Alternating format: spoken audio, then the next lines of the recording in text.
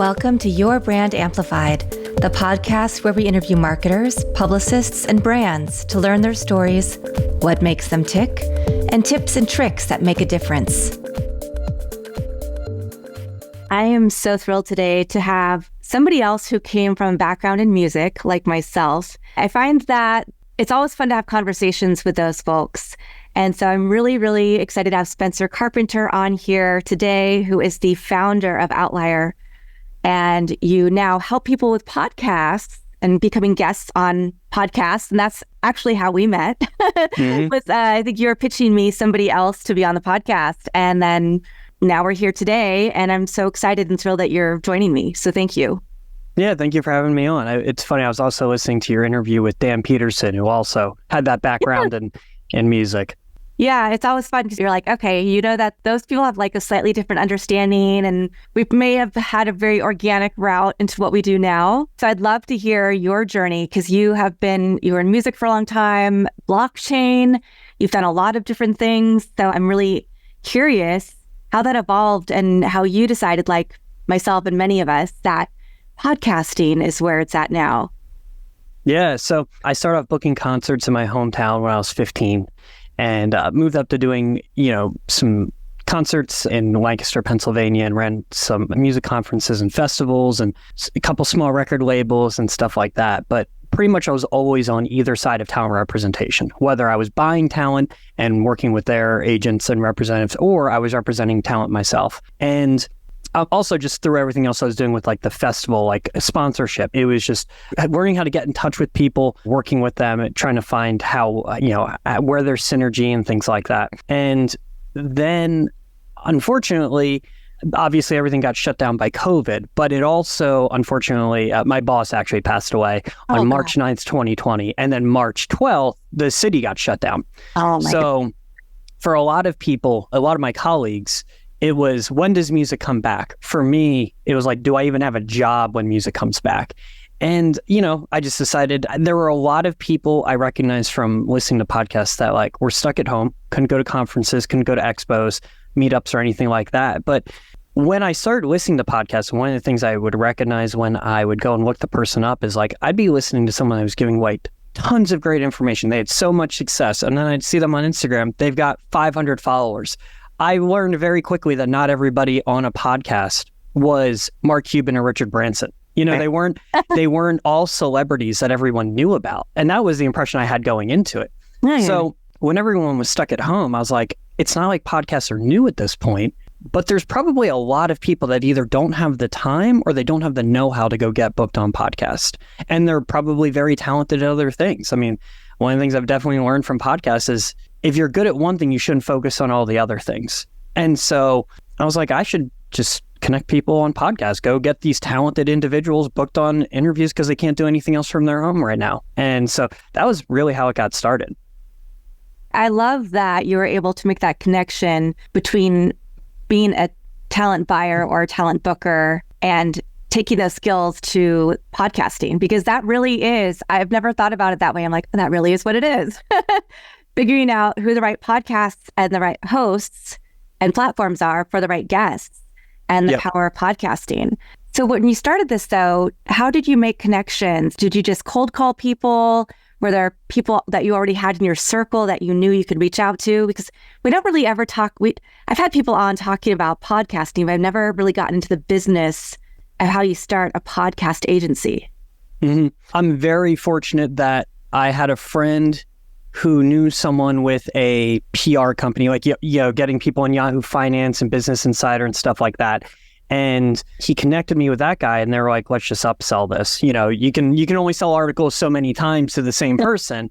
They're always looking for something new to upsell. And so no one else was really doing it. I think within 2 weeks of me having this idea, I had my first 2 clients from them. So I just let them white label it. But then as I was hashing out the concept, I first needed to make sure the concept worked. I was like pretty positive I could. I was like, if I need to get this person 5 podcasts, it would be really weird if I sent 100 emails and couldn't land 5 podcasts. That's the way I looked at it. And that just means I need to send 100 more. If the concept fails, then so be it. But I will get this person 5 podcasts because they hired me to do so. And so it turns out it was not that, it wasn't sending 200 emails. It was like sending 50. And so I just started building up from there, learning what types of shows to really expect to want something new. Like, there are lots of shows that kind of lay out in their description or their title what they want. But one thing I never like to do is assume I know based on a description that might have been written 4 or 5 years ago. That's a good point. And I sometimes like to see like where there's crossover in areas that they might not have considered, and I'll let them tell me no if that's the case. Sometimes it's worked out and sometimes it hasn't. Sometimes I've been like, did you look at what the show is about? I'm like, yeah, but I also see this reason why your guests might be, your listeners might be interested in this. And they're like, yeah, we don't agree. I'm like, that's great. No problem.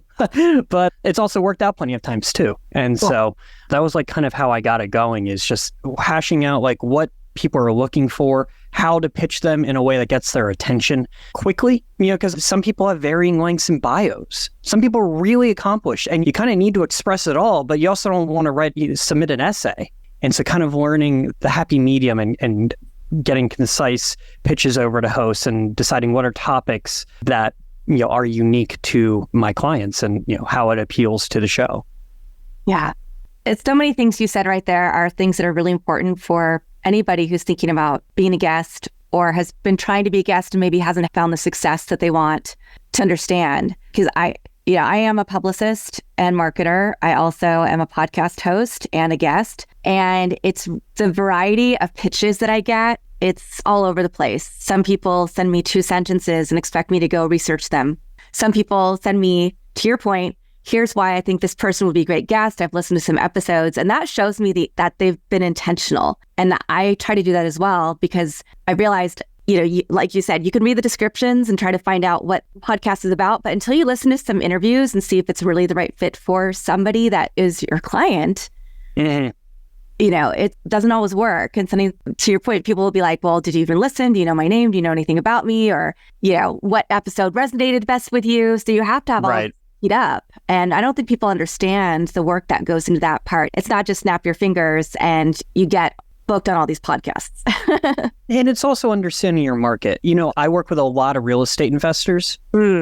Quite frankly, I don't need to listen to 5 of the episodes to know what the show is about. I know a lot of the people in the space. I know what it is they're looking for based on who the host is, what they work in, the title of the show. If it's called the Multifamily Investing Show, I should not be pitching them wholesalers or flippers. However, again, not assuming I know what the host wants. I've had success pitching someone that's not really falling into their criteria because that person is successful and has other information that's worthwhile. But when it comes to a general business show, there are lots of shows that do not define themselves very well, in my opinion, which leaves it open to interpretation who you should be pitching to them. But it also results sometimes in the host being like, yeah, we don't really cover that. I'm like, okay, well then tell me what you do cover. Because also plenty of shows change their criteria every 3 months or every year. This is a good time of year for me to be able to say, what are you looking for going into 2024? And have them tell me so I can pitch appropriately.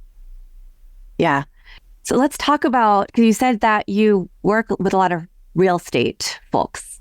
Is that a niche that you are already interested in? Do you work with people who are outside of that niche? How did you fall into that specific area?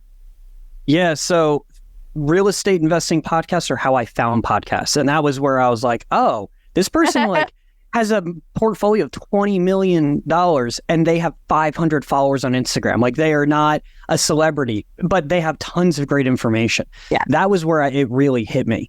And so, I'm a novice investor myself, but because I had listened to hundreds and hundreds of hours, I was like, I know what stories resonate and how to frame it in a way that I haven't heard already. And so that was really what got me into being able to build a niche. But I probably had a dozen clients before I had my first real estate client. I started working with financial planners and other business professionals. But, through all the things I did in music, and I'm like, I have a photo booth rental business and I had a merchandising business with my boss in music. I've done a lot of things. I've just always been really interested in how people make money. And, I've always used the example, there's someone out there that is the number 1 ice chest seller of all the 7-Elevens on the East Coast. And it's the least sexy thing of all time, but they're a millionaire. And I love hearing about it, So I sincerely believe that anybody that is a business owner or is paid something, above the average salary in the US, they probably have some knowledge that if they're willing to give it away, there are people willing to listen. And they have a unique perspective and a background. And, I really had to deal with this with like financial planners. All financial planners legally do the same thing. So I had to find ways to make them stand out amongst other people that are also financial planners or offering other types of investing advice and, get them onto shows. And sometimes that's based on their niche and figuring out how they cater to that person. Sometimes it's just their backstory. It's not even the fact that they're a financial planner at all. It's how they got to being a financial planner through issues with their family not having finances after a relative passed away or something like that. Lots of stories like that really resonate with people. And so anybody that's looking to get themselves booked on podcasts, you need to understand, you can't go pitch yourself saying, I can talk about marketing. I can talk about sales. You don't always have to be a thought leader that reinvented the wheel, but you have to figure out how to repackage it in a way that's like at least a little bit sexy, And sometimes, there's some shows that are just looking for someone to say, these are the top 7 reasons for this. Well, that can work. It's not the way I like to do it if I can avoid it, but that also works. Yeah. But just to emphasize what you're saying, the best episodes that I have are ones where we're able to have a really great conversation and there's back and forth. And it's not that my guest is stuck to, these are my 5 talking points. Now, I will say as a publicist, I always, when I find out somebody has an interview, I want them to have talking points prepared, but I also want them to be able to organically and authentically share who they are and their story and not just the data. Yep. Yeah, I pitch every show with between 4 and 6 topics that, my client's prepared to speak on, but that doesn't mean that's what they have to speak on. And when I have a client that's like, hey, could you please go get me questions in advance? I'm like, I'd rather not. I think you're going to do better if you don't do that. You can ask the host when you jump on, hey, just curious, what did you want to cover? But I don't want you to have prepared answers. In my opinion, that's not going to benefit you the most. And so, that's one of the cool things about podcasts. I think podcasts, at least in this space, there are obviously podcasts that are based around celebrities and sports and stuff like that. But in this space, it takes the learning you get from audiobooks with the entertainment from long-form conversation like Howard Stern, with the on-demand nature of Spotify. And it takes all the best things and allows it, an opportunity to learn, but there might also be 5 or 6 jokes that are dropped in there, or situations or stories that give it some depth and give the guest, it shows their personality. It allows them to explain some of their why or, their motivation besides teaching. And I think that's really important for rapport building. We talk every year, there's an article about how much money is spent for 30 seconds of Super Bowl advertising. Oh, gosh. Granted, Super Bowl is the biggest event of the year, but guests and hosts are getting 45 minutes of uninterrupted, rapport building and brand building with listeners, sometimes every week or multiple times a week. And I know you can't monetize that the same way. Pepsi can't monetize that the same way. How do you get someone to listen to a podcast about Pepsi for 45 minutes? But for the independent entrepreneur or someone that's raising money or building their brand, it's massive. It's something that they could not afford to pay for if they were trying to run ads for a 45-minute video on Instagram or Facebook. They wouldn't be able to afford it, So that's what I like about podcasts. Well, and I will say there is a Trader Joe's podcast. I haven't listened to it, but I've heard about it from students. So brands are using There are brands using it, yeah, for sure. And some might be more interesting than others. I think a Trader Joe's one, there's a lot of different angles and ways they can go because, you hear all the backstories about employees, like the hookup nature of Trader Joe's and like all the fun things they do together outside of work, plus the actual business. Not to digress, but I completely agree with you. And I'd love to hear what benefit your clients and yourself have gotten out of being podcast guests. Because I know I have my own testimonials, but I'd love to hear some things that you've seen happen. Because this is something that I think is hard sometimes when I talk to clients about PR and I say, well, you do need to have a podcast strategy and let's figure out, who you want to work with or what that looks like, or if you're going to do it on your own. And a lot of times they don't necessarily understand the power of podcasting, or why do I want them to go on small podcasts? And I'm like, it builds up your storytelling so you can do it without having your notes or having the questions in advance, the SEO value, but there are so many other benefits. So I'd love to hear what some of your clients have gotten out of it. Yeah, well, I don't consider myself a marketing expert. And so I will tell people like, look, you're going to get SEO and stuff like that, but I'm not going to try and sell you on that because it's also something that a lot of people talk about. And, it's how do we make this stand out from other types of marketing? Right. But I think one thing that people often forget is that the host is also a potential client referral source, someone that can make whether it's right after the interview or a year down the road. But one of the more unique and also biggest case studies I have is I had someone that raises money for investments go on a show with people that invest in his types of investments or, alternative investing. And they said to him, we are not putting out your episode until you do a deal with us, because they liked what he had to say. And ultimately, they wanted him to go buy an $8 million deal. He had to put up the down payment for it, but they put up the rest, 85%. Wow. And so essentially he got equity in an $8 million deal from the host of the podcast because he delivered well on the show. Oh my gosh. And so obviously results aren't typical, but that is one thing that it's important is let's take away the idea of the size of the podcast and the listeners at all. You still get the SEO, you get content to repurpose. Yeah, that's unique. You can go and put out press releases, but if it's the same title on 300 outlets in Google, it's fine. But anyone that knows something about is it's just one piece of press. Every interview, new title. Maybe your bio is the same in every description, but the description itself is going to be unique. So it really helps build out all of that stuff. But the host, it's essentially a one-on-one meeting. If you take away all the listeners, it's a 45-minute one-on-one meeting where you're giving them value, they're giving you value, and you're building a rapport. In most cases, there are plenty of times that you can go and have a meeting with someone one-on-one, but if anybody has their guard up, then it's weird. In a podcast interview, you can't have your guard up. You just invited them onto your show and you said yes. And you're having a meeting without that weird sense of, do they want something from me or do I want something from them? And so I think that's really important. Just one of the most basic things you can get out of a podcast interview is connecting with the host.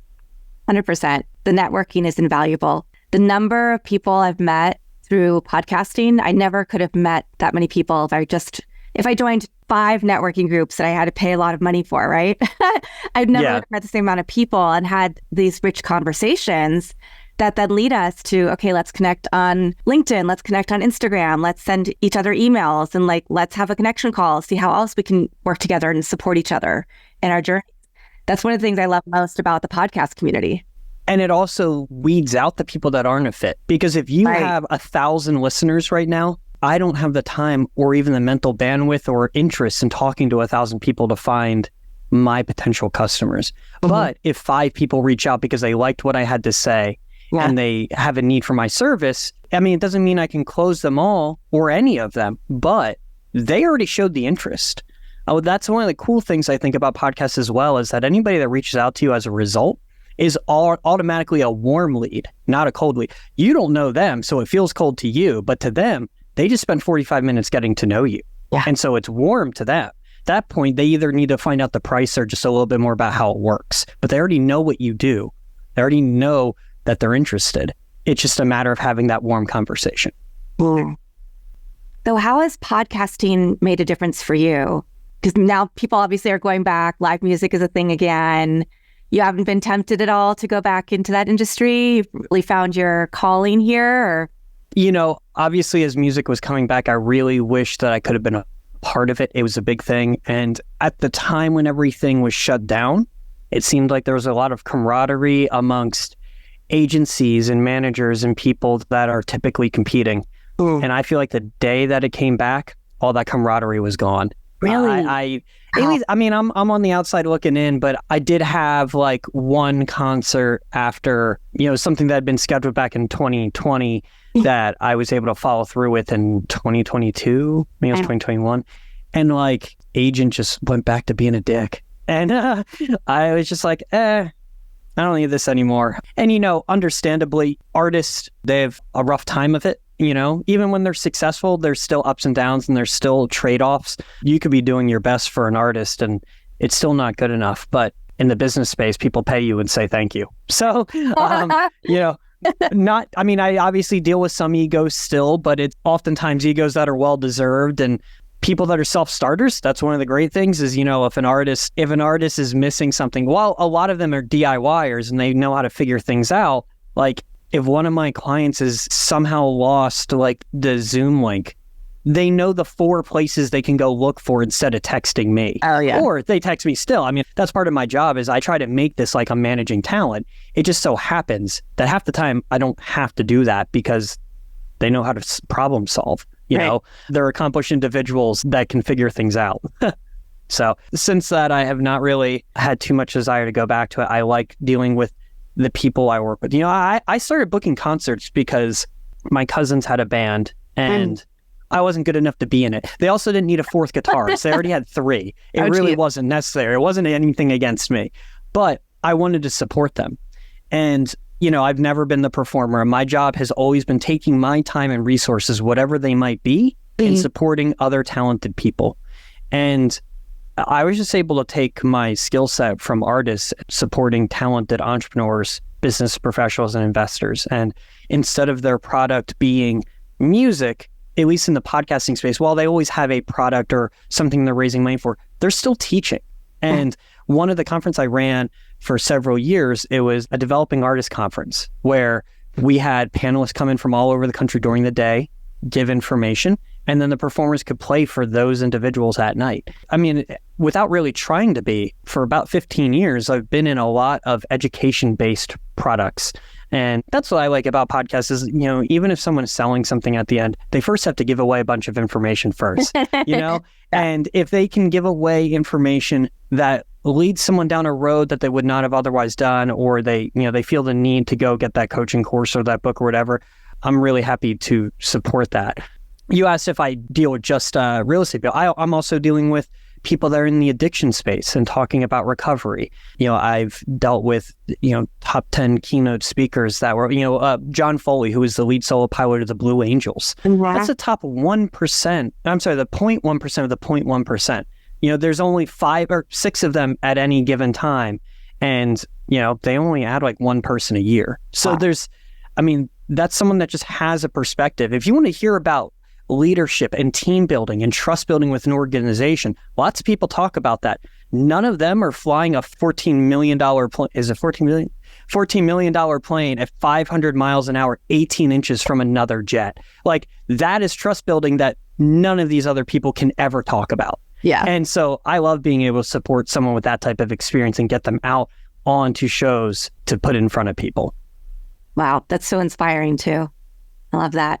I'd love to hear what it looks like to work with you, because I know there are different agencies out there. Some are bigger. I know some I feel like a lot of VAs, which is fine. I feel like you have a really hand-tailored approach to the way that you work with clients. Is there a certain number of podcasts that you think is the right number for people to be on per month? Is it change depending on their industry? Just if you don't mind getting into some of the logistics and how you like to approach the work, I'd love to hear that.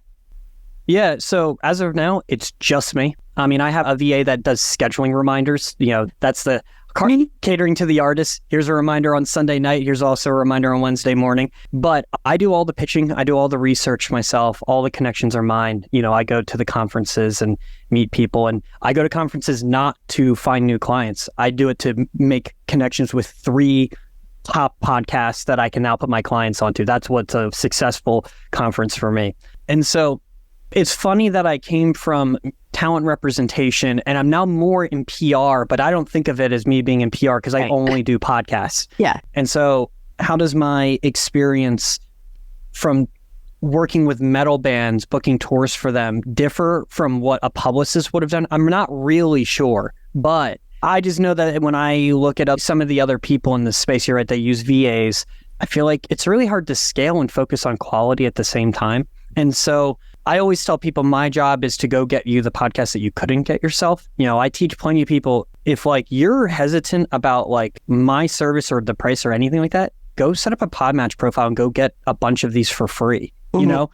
Podmatch is an amazing resource for anybody that wants to go book themselves on podcasts, and they can have their VA do that. They can have their assistant do that. They can do it themselves, whatever. But I think my job is to get them. I mean, not everyone can be on a top 200 podcast, but getting someone on something that's more established, maybe not on that platform, someone that has a social media following that has put a little more effort into their branding, just those things that are not the lowest hanging fruit, that's what I focus on.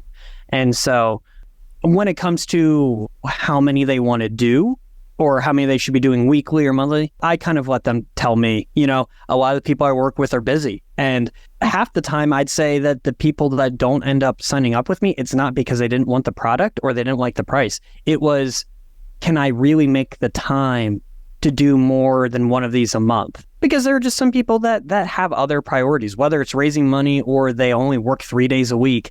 And so that it limits some of their time. But it's funny because any one of those people is also asking someone, hey, can you get me speaking opportunities? Where they want to speak for 30 minutes. They have to fly to the place. They have to stay overnight. That's really important to them, to talk to 200 people or 1,000 people. Podcasts have far greater reach, and it's not that one-time event, and the content that can be repurposed comes out much better. I mean, unless someone has a TEDx like talk, right, most live speaking videos look like crap, even if it was a great event. Yeah. They don't look good. They don't sound good. And so I think this is way more valuable, and you can do it from your home or office, and it takes anywhere from 30 to 60 minutes, and you didn't have to travel, and you didn't have to negotiate a lodging or airfare or a guarantee. I mean, it's great if you can get paid for speaking as well, but would you trade that, for a lot of people, getting a few $1,000s is a big score in speaking. Would you trade that $3,000 for not having to travel and be home with your family and just being able to do a 45-minute interview? Some would say, I'm taking the money. And some would say, you know what? I'd rather give that up and be home and still get the same exposure or more from my office. Yeah. So what do you see as the next phase in this world of, podcasting has been around for 20 years, but it really started ramping up during the pandemic when we were all stuck at home, started listening to more podcasts, started our own podcasts or podcasts for clients or whatever the case may be. Where do you see it going next? I definitely don't pretend to be, an industry expert by any means. From what I can tell, the video podcast is getting more traction. It's also more expensive and requires more steps, which I think, the thing about podcasts, everyone in 2020 is like, everyone has a podcast right now because they're stuck at home. Like, yeah, there's a low barrier to entry. It's great. That's a great thing about it. And you don't need to have 20,000 listeners to make it worth it. You need like 50 that come up each week, and some of them actually become customers for it to be worth it for you. So the video aspect is really important. I mean, I've heard Gary Vee say that, in his opinion, any type of video content, like what's happening in the living room, is not just watching TV anymore. It's watching interviews or content from your favorite people. As someone that follows very few influencers and cares very little about other people's lives, that doesn't speak to me. But there are a lot of people it does, and I'm sure that trend's going to continue. So the in-person video podcast is really important. I'm curious to see what happens with the disclosures that have to happen with advertising, or like guests that are sponsoring the episode, but it's not disclosed. Personally, I don't care if someone paid $10,000 to be on a show if they're giving away information. I don't need to know that. I don't think that's important for everyone to know. If it's going to be an infomercial, I think that's pretty clear by the content itself that's an infomercial, and the person can turn it off if they want. But there is a lot of push for there to be more disclosure. And, I'm just curious if a show has a model where they're charging people $10,000 or $20,000 to be on a show, and now all of their guests, every episode they have to disclose that the person paid to be on. I'm curious what that'll do. But, again, if they're giving away information, I don't really care if they paid to be on it, as long as they're providing value. Yeah. Interesting. It's kind of like the PR analogy that you used, where people pay for a press release, and then I see a lot of people posting their press release on social media as like, I got in this publication, and I'm like, hey, as far as my family knows, Yahoo Finance featured me, Spencer Carpenter, on their website. And I see that a lot as a publicist. It drives me crazy because I'm like, that's not real PR, right? It's not earned media. They didn't ask for that. Like, it's a sponsor. But I also agree that as a podcaster on the other side of things, where I'm like, I have expenses I'm covering because this is a labor of love. If I can get people to sponsor the show or come on and pay to be guests, then I can give them a little extra, whatever, and they're still giving great information, then, so it's a toss up. And I think that's going to be something really interesting to keep an eye on, to your point. So, I mean, I think as long as information is being given, it's great. And as long as they're not giving out false information about their product or their service, then I'd see a big problem with it. But as long as everyone's being ethical, then I don't see a reason for that to really matter a whole lot. Ethical. I was just on a call this morning and we were talking about strategic plans for this year. And instead of making smart goals, making smarter goals, with the E being ethical and the R being rewards. So making sure that we're continuing to stay, that we're looking at everything through that lens, and that also that we are remembering to reward ourselves for the work that we put into whatever we do. So so I love that you're bringing ethical up as well. So important. Awesome. Well, I always love to ask, and I know I'm going to put your website, of course, in the show notes so that anybody can check out outlieraudio.com to get more information about you, your services, and learn more about how they could potentially work with you. But I wanted to see if there's any last thought that you want to leave our audience with. And then also, do you have a favorite quote or mantra or some words of wisdom that you live by? I believe we're all self-determined and not predetermined. And, you can have a bad situation, you come from, but it doesn't have to determine where you go, or it can decide that you're going to do the opposite of it to have a good, outcome. I think we all have the ability to change our situation, and varying degrees of success and outcomes from that, but we can always do something to try and make it better. So that's one of the things that I live by. In terms of last pieces of information I can give the audience, again, whether or not you are super interested in diving into podcasts or working with an agent or something, go make a Podmatch profile, go get some podcasts, and, maybe decide it's not for you, but do a handful of them. It's nothing but great SEO and marketing and content you can repurpose and maybe get some leads out of it. I really think that anybody that has something unique to say or a background, that they can turn into something that's a little bit unique can be on podcasts and provide value to other people. Awesome. Well, Spencer, thank you so much. I've enjoyed being able to finally have a conversation with you on the show. I'm looking forward to working with you further in the future. And I don't know are you coming out for Podcast Movement Evolutions in Los Angeles in March? Evolutions I haven't gone to because I've been told it's a little more focused on the podcasters as a whole, like the technology and because I don't have a podcast myself yet. I'm not in audio or anything like that. I haven't really gone to Evolutions, but I do normally go to the regular, the flagship event. Okay, fantastic. I'm speaking at it, so that's why I was asking. Oh, I'm in LA, so if you do decide to come out for it, let me know. We'll have to meet up in person. Ironically, with all of my time in music, I haven't made it to LA. What? Oh my gosh.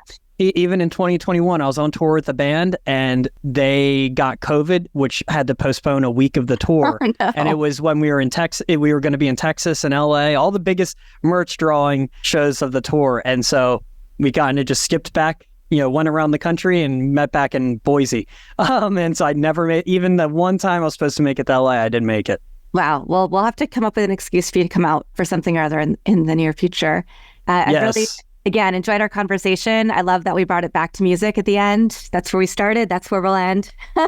And thank you to the audience for listening to another episode of Your Brand Amplified and supporting our show. I'll be back again in a few days with another amazing expert to share their knowledge with you. Want more? Check out amplifywithannika.com or follow me on socials at amplifywithannika.